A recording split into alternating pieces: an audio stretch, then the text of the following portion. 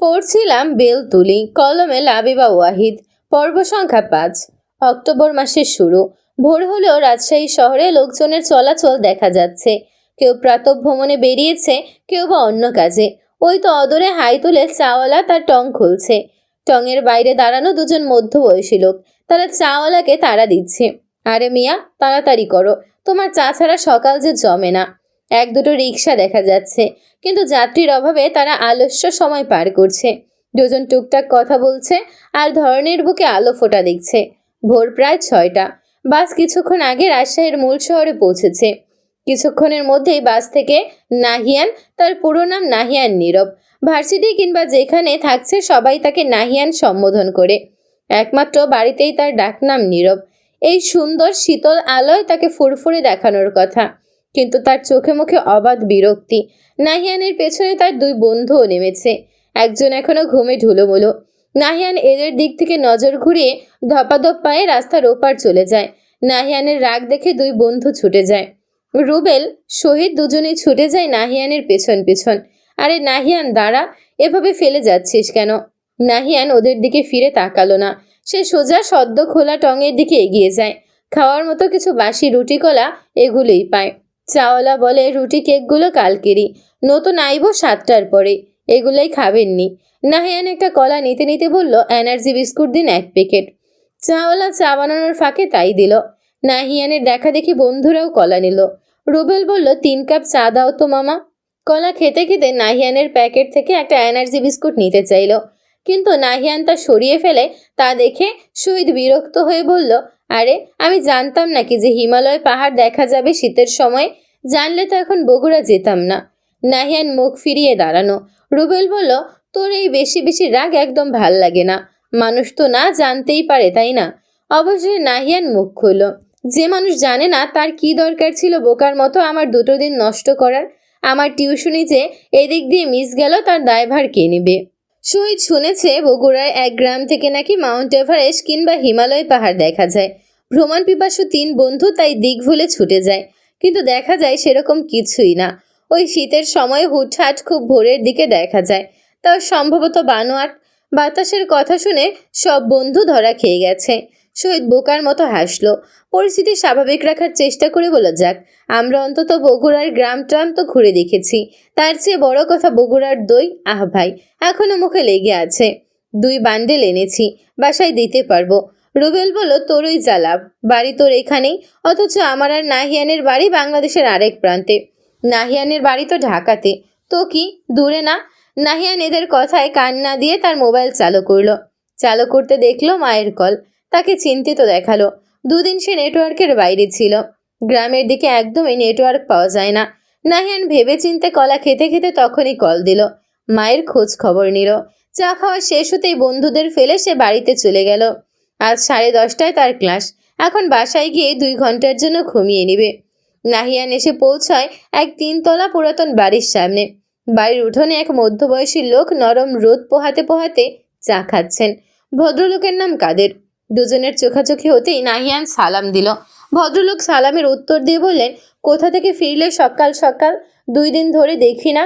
জি, বগুড়ার দিকে গিয়েছিলাম, আপনাদের জন্য দই এনেছি। ভদ্রলোক খুশি হলেন এই কথা শুনে। কিছুক্ষণ কুশল বিনিময় করে নাহিয়ান নিচতলায় এক ঘরের তালা খুলে ঢুকে পড়ল। দুটো ছোট ছোট ঘর, সে একাই থাকে। নাহিয়ানের এক স্বভাব খারাপ আছে, সে আবল তাবল খেলেই তার পেট খারাপ হয়ে যায়। এছাড়া তার মতো পরিচ্ছন্নতা পছন্দ করা মানুষ মেসের অপরিষ্কার ব্যাপারগুলো বিশেষ পছন্দ করে না। তার জ্বালা বলা যায় সব কিছুতেই। এজন্য তার ব্যবস্থা করে থাকতে হয় ভাড়া বাসায়, যার সম্পূর্ণ খরচ মশিউর সাহেব সামলান। ভদ্রলোক কাদের মশিউর সাহেবের পরিচিত মানুষ, বলা চলে ওনাদের গলায় গলায় ভাব। যখন শুনলেন নাহিয়ান বাসা খুঁজছেন, তিনিই তাকে এখানে থাকার প্রস্তাব দিলেন। সেই থেকেই নাহিয়ান ব্যাচেলর হয়ে এখানে, অথচ কেউ ব্যাচেলরকে বাসা ভাড়া দিতে চান না। অবশ্য তার এমনিতেও কোনো খারাপ অভ্যাস নেই, মেয়ে মানুষের থেকে দূরে দূরে থাকে।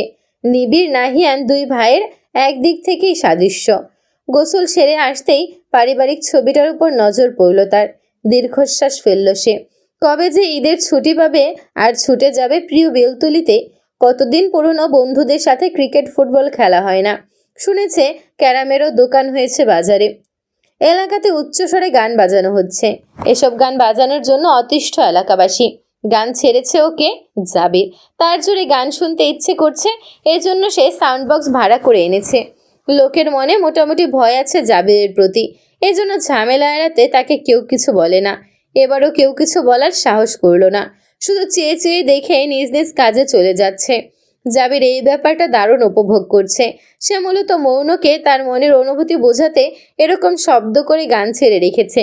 সে বোঝাতে চায় মৌনকে ভালোবেসে সে কতটা খুশি।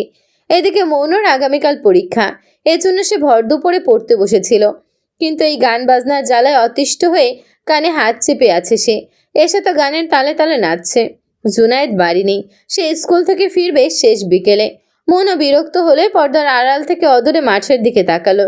পরপর রাগ গিয়ে ঝাড়লো এশার ওপর। দুম করে এশার পিঠে একঘা বসিয়ে দেয় সে। এশা তো কাঁদেই না, উল্টো মৌনকে খামচি দিয়ে পালায়। রিমঝিম বাড়িতে নেই, তার চাকরি জীবন শুরু হয়ে গিয়েছে। জাবির যখন হাতের অঙ্গি ভঙ্গি করে দল ছেলেদের সাথে তাল মেলাতে ব্যস্ত, তখনই হুট করে কোথা থেকে নিবিড় এলো। এসে কোনো কথা ছাড়াই সাউন্ড বক্সের মূল সংযোগ বন্ধ করে দিল। হঠাৎ গান বন্ধ হয়ে যাওয়ায় জাবির যার পরনেই বিরক্ত হলো। পিছু ফিরে দেখলো নিবিড় শক্ত মুখে দাঁড়ানো। জাবির কখনোই নিবিড়ের সাথে লাগে না, এবারও লাগলো না। দুজনের চোখাচোখি হলো।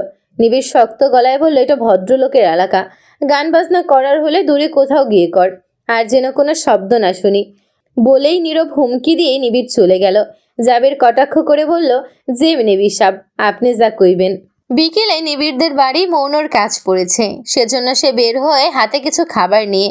কিন্তু পথে মধ্যে তার রত্নার সাথে দেখা হয়। রত্না বেশ সুন্দরী মেয়ে।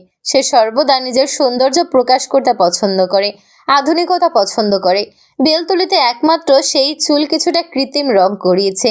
আর নয়তো অন্য মেয়েদের বাড়িতে কেউ শখ করে চুল রং করতে চাইলে তাকে ঝাঁটাপেটা করা হয়।